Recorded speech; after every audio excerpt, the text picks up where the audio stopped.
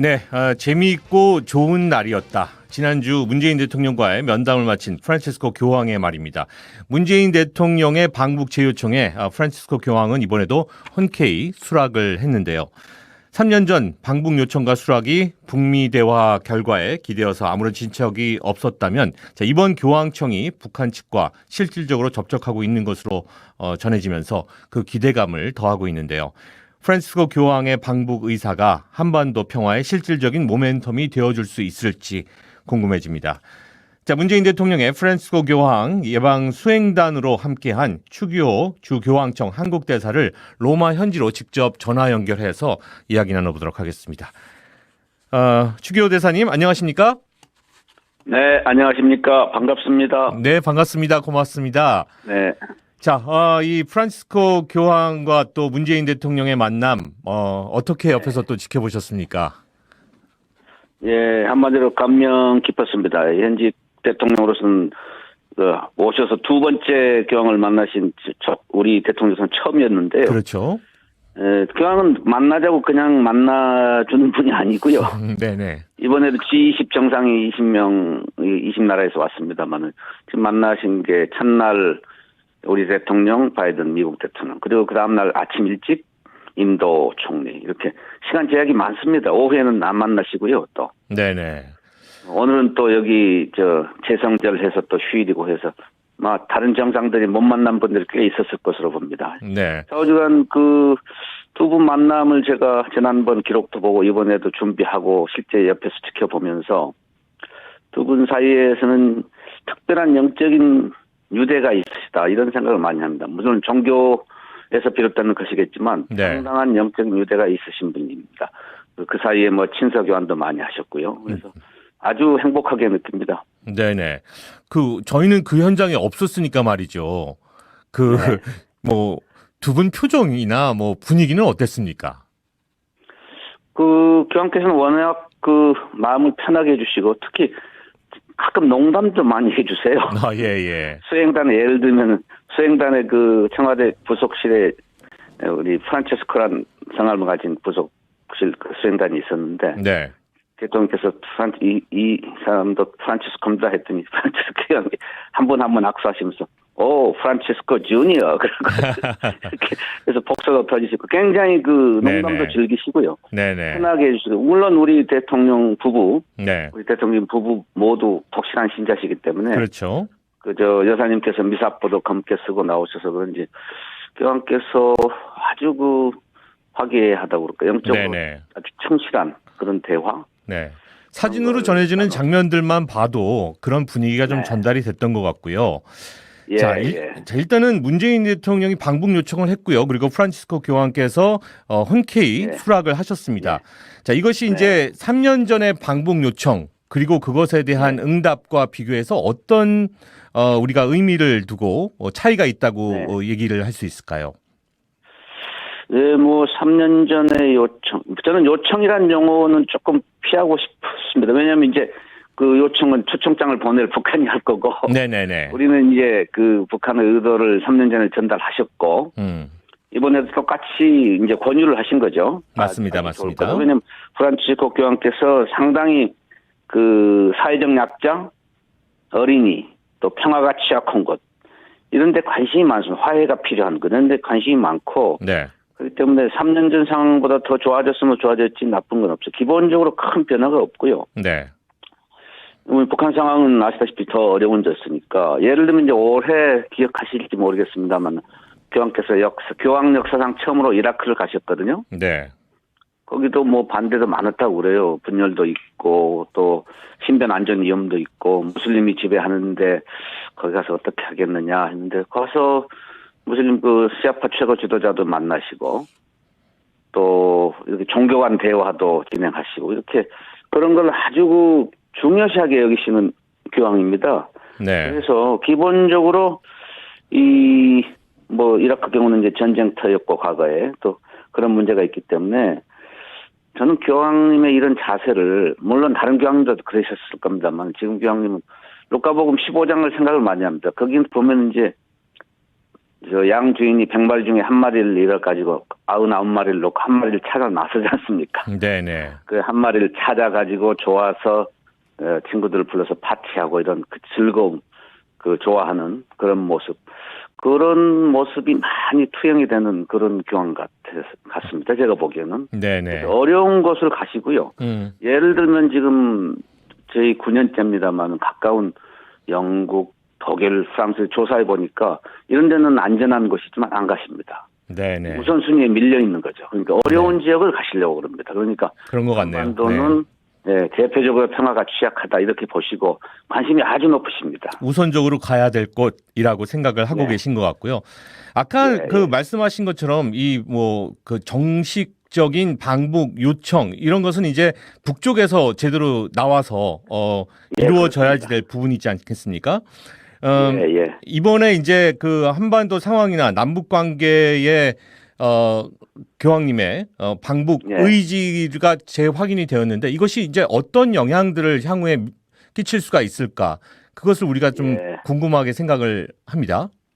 네. 뭐 의지는 재확인이 됐고 또 우리 정부의 입장도 한반도 평화 구조가 취약하니까 뭐 예를 들면 종전선언도 하자 이제 이런 그 추진을 하고 있습니다만은 북한이 이제 어떻게 나오는지가 중요할 것 같고요. 근데 지금 북한은 3년 전하고 비교한다면은 꼭 굳이 비교한다면은 지금 그 코로나 바이러스 팬데믹이 있지 않습니까? 모든 세계가 어려운데 북한도 국경이 기본적으로 폐쇄됐다고 들었어요. 그래서 어려움이 훨씬 큽니다, 지금. 근데 이제 지금 이런 의지가 있으시면은 북한으로서는 그 어려움을 극복할 때 이 교황의 방북 초청 이런 거 아주 중요한 요소의 하나로 충분히 고려할 여지가 있고 그런데 그럴 가능성이 지금 점점 어려우면 어려울수록 가능성이 높아지지 않을까 이제 그런 현상적인 분석을 제가 하고 싶습니다. 네네. 실제로 교황청에서 이탈리아 주재 북한 대사관과 접촉을 하고 있는 것으로 전해 들은 바가 있는데요. 어떤 프란치스코 교황 방북과 관련된 실무적인 논의랄까, 소통 창구, 앞으로의 방식 이런 것들도 상당히 궁금해집니다. 뭐 남북한도 그렇습니다만 소통에는 이제 부침, 오르락내리락이 있는 것 같습니다. 업스 앤 다운스라고 그럴까요? 제가 교황청 이제 고위직이나 실무자 이렇게 만나서 봐도 어쩔 땐 됐다가 어쩔 때는 좀 이렇게 닫혀 있고 이제 이런 걸 100% 얘기를 안 해주지만 그런 게 북한식 외교의 특징을 나타내는 것 같습니다. 근데 이제 교황청에는 사실은 이제 과거에 방북한 경험이 있는 고위 간부가 꽤 있습니다. 예를 들면은 현재 외교장관 하고 있는 갤러거 대주교 같은 분은 2번씩 다녀왔고 옛날에. 그리고 아시다시피 여기 로마에 이제 북한 대사관이 있지 않습니까? 있고. 그리고 제가 기록을 보면 여기 교황청의 그 민간 기관입니다만 산테지디어라고 여기는 민간의 그 구호기관, 세계적인 구호기관인데 거기서도 뭐 식량 원조를 위해서 5, 6년 전에 접촉도 있었고 또 실제 식량도 좀 갖다 주고 했고 그래서 이제 이런 창구가 있는데 제가 이제 창구를 뭐 구체적으로 우리가 미리 재단할 필요는 없을 것 같아요. 왜냐하면 여러 방면이 있을 텐데 저는 이제 이걸 생각하면서 72년에 그 닉슨이 방중을 했지 않습니까? 그런데 방중할 때 그때 기록을 보면은 이제 핑퐁 탁구팀이 왔다 갔다 하고 키신저가 비밀 접촉을 하고 그러니까 중요한 일은 드러나지 않게 조용히 접촉하는 것도 하나의 중요한 외교적인 수단이 된다. 저는 그렇게 믿고요. 그래서 우리가 파악하지 못하는 소통 창구가 있을 수도 있지만 뭐 파악이 되든 아니면 비밀리에 되든 의지만 있으면은 언제든지 가동이 가능한 소통입니다. 제가 보기에는. 일단은 방향으로 저도 기대를 해봐야겠고요. 그리고 교황님의 적극적인 방북 의사는 또 우리가 확인을 한 바가 있고요. 자, 교황님의 해외 사목 방문 일정이 연초면은 늘 나오곤 하는데 내년 방북이 우선적으로 좀 잡힐 수 있을 것인지 어떻게 보십니까? 그래서 이제 시기를 이제 어떻게 하느냐 하는 게 이제 제일 적은데 지금 내년 얘기를 하셨습니다만 외교적 상식으로는 한 두세 달 내에는 어려울 것 같고요. 왜냐하면 준비가 많이 필요하니까. 그렇겠죠. 그리고 이제 우리가 시기를 볼 때 2018년, 2019년에 있었던 북미 대화, 북미 정상 간 그 만남도 한번 반추해 볼 필요가 있습니다. 그때 조금 급히 만났거든요. 그렇죠? 준비가 좀 약한 상태로 만나지 않았나 저는 이제 그렇게 평가를 하는데, 네. 그러니까 시기를 우리가 보려면 그 이전에 의미 있는 소통이 상당히 있어야 된다고 봅니다. 소위 착실한 준비라고 그럴까요? 네. 그죠? 예. 그래서 그런 면에서는 보통 기왕이 가시려면은 정부의 초청 모든 나라가, 그리고 그쪽 종교계의 초청, 이렇게 두 개가 양립돼야지 이제 가능하다고 그럽니다. 교황청에서도 그렇게 검토를 하고. 네. 근데 북한은 이제 종교계가 어떤 것인지 이제 교황청으로서는 확실히 모르기 때문에 상당한 소통이 선행된 다음에 초청이 이루어질 수 있고, 뭐 초청이 있게 되면은 그에 따라서 또 교황님 의지가 강하시니까 이제 준비가 본격화될 수 있고, 뭐 그런 식으로 시나리오를 볼 수 있지 않을까 이렇게 생각합니다. 네. 뭐 코로나 문제도 있었고요. 그런가 하면은 이제 혹한기를 피해서 북한을 방문한다면 내년 봄쯤에는 방문이 가능할 수 있지 않을까. 라고 괜히 제가 감히 얘기를 해보는데 어떻게 생각하십니까? 그러니까 이제 한반도 평화를, 진정한 평화를 바라는 우리 국민의 의식이 이제 투영된 그런 인식인데, 네. 근데 외교를 해본 사람 입장으로서는 너무 섣불리, 특히 이제 우리가 직접 당사자는 아니기 때문에 옆에서 도와주기 때문에 그렇죠. 그렇게 시기를 속단하기는 어렵고요. 다만 그 교황청 내 분위기만 말씀드리면은 아까 그 요가복음 15장을 말씀드렸습니다만은 이른 양을 찾아서 떠나는 그 교황님의 마음, 그런 걸 읽으니까 웬만한 어려움이 있더라도 공식화되면은 신속히 이렇게 움직이실 가능성이 많다. 또 그런 방면에서 우리가 기도하고 접촉하고 이렇게 설득하고 이렇게 생각하고 있습니다. 네.